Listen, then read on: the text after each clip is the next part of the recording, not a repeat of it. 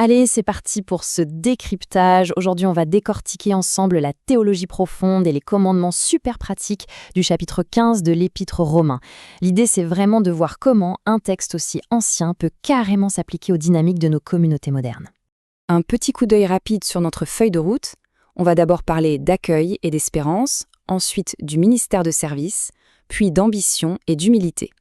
On abordera aussi la communion et la générosité concrète, pour finir sur le combat par la prière. Bref, on va passer d'une réflexion spirituelle très intérieure à des actions vraiment concrètes. Alors, première étape, l'accueil et l'espérance, avec cette idée d'inclusion radicale et le Dieu de l'espérance. Pour bien commencer, il faut vraiment qu'on pose les bases et qu'on regarde de plus près ce concept d'inclusion radicale. D'où vient notre espoir en fait? On peut se poser la question, à quoi ressemble une véritable communauté ? C'est une excellente question, non ? Ça nous pousse au fond à regarder bien au-delà de notre petite bulle, de nos intérêts personnels, pour voir comment ces textes anciens définissent un groupe profondément uni. Et la réponse du texte est assez percutante. Je cite : « Accueillez-vous donc les uns les autres, comme Christ vous a accueillis, pour la gloire de Dieu. » Waouh ! Ça veut dire que s'accueillir mutuellement, c'est pas juste une question de politesse ou de savoir-vivre. Pas du tout. C'est littéralement un acte d'adoration. Accepter l'autre, c'est glorifier Dieu directement. C'est quand même puissant. Et ce qui est absolument fascinant quand on regarde ça de plus près, c'est cet équilibre parfait, on pourrait dire cette symétrie dans le ministère du Christ. D'un côté, envers les Juifs, il s'agit d'accomplir historiquement les promesses faites aux patriarches. Ça, c'est la preuve ultime de la fidélité de Dieu. Et de l'autre côté, envers les nations et les païens, eh bien, c'est l'inclusion radicale. Absolument tout le monde est invité à se réjouir, à célébrer cette miséricorde et à trouver de l'espoir dans ce règne messianique. Du coup, si on passe de la théorie à la pratique, comment on fait pour bâtir cette communauté? C'est là que ça devient super concret. La vraie force, en fait, c'est de choisir de ne pas faire valoir un droit si ça peut aider quelqu'un de plus vulnérable. C'est choisir de prononcer des mots qui construisent l'autre et d'accueillir quelqu'un avec beaucoup de grâce. En clair, on privilégie la croissance du groupe au lieu de son petit confort personnel. Ce qui nous amène à notre deuxième point, un ministère de service. C'est l'idée d'une église mûre et d'un devoir sacré. On va voir comment cette dynamique permet de construire le modèle de service de l'apôtre Paul et comment ça reflète la maturité de l'Église de Rome à cette époque-là. Selon le texte, une communauté vraiment mature, ça coche 3 cases bien précises. D'abord, elle est pleine de bonté. Ensuite, elle est enseignable car remplie de toute connaissance. Et enfin, elle est tout à fait capable de s'exhorter, de s'avertir mutuellement, mais toujours dans l'amour. C'est vraiment le secret pour que chacun participe à la croissance de tous. Et là, attention, c'est un point hyper important. L'évangélisation n'est pas du tout vue comme une performance ou un exploit personnel. Non, le texte utilise un vocabulaire très spécifique et parle d'un ministère sacerdotal.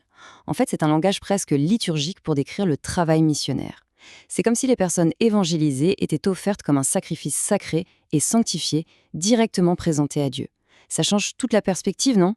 Allez, on passe au 3e point, ambition et humilité, avec cette notion de mission pionnière face à l'ego. Forcément, quand on parle de sacrifice, on en vient tout de suite à cette fameuse tension, ce tiraillement constant entre notre ambition personnelle et la véritable humilité quand on veut servir. On a ici un contraste vraiment frappant sur nos motivations profondes. Regardez bien, d'un côté, on a le succès centré sur l'ego. C'est construire sur les fondations de quelqu'un d'autre, juste pour en tirer le mérite. Et de l'autre, on a une fécondité centrée sur Christ. Ça, c'est la mission pionnière, aller là où le Christ est complètement inconnu. Et cette approche-là, eh bien, elle repose à 100% sur la puissance du Saint-Esprit, et pas du tout sur nos propres forces. D'ailleurs, si on retrace la chronologie de Paul, on voit une vraie stratégie de mission pionnière se dessiner. Au présent, l'objectif, c'est Jérusalem, pour livrer une collecte d'argent vitale. Dans un futur très proche, c'est d'aller à Rome, pour s'encourager mutuellement, pour prendre un bon bol d'air spirituel, quoi. Mais le but ultime, c'est l'Espagne. De l'évangélisation pure et dure dans des zones non atteintes. Ce qui est dingue, c'est de voir à quel point cette immense ambition reste toujours, mais alors toujours, soumise aux directions de Dieu. 4e étape de notre parcours, la communion et la générosité concrète, ou comment lier richesse matérielle et dette spirituelle.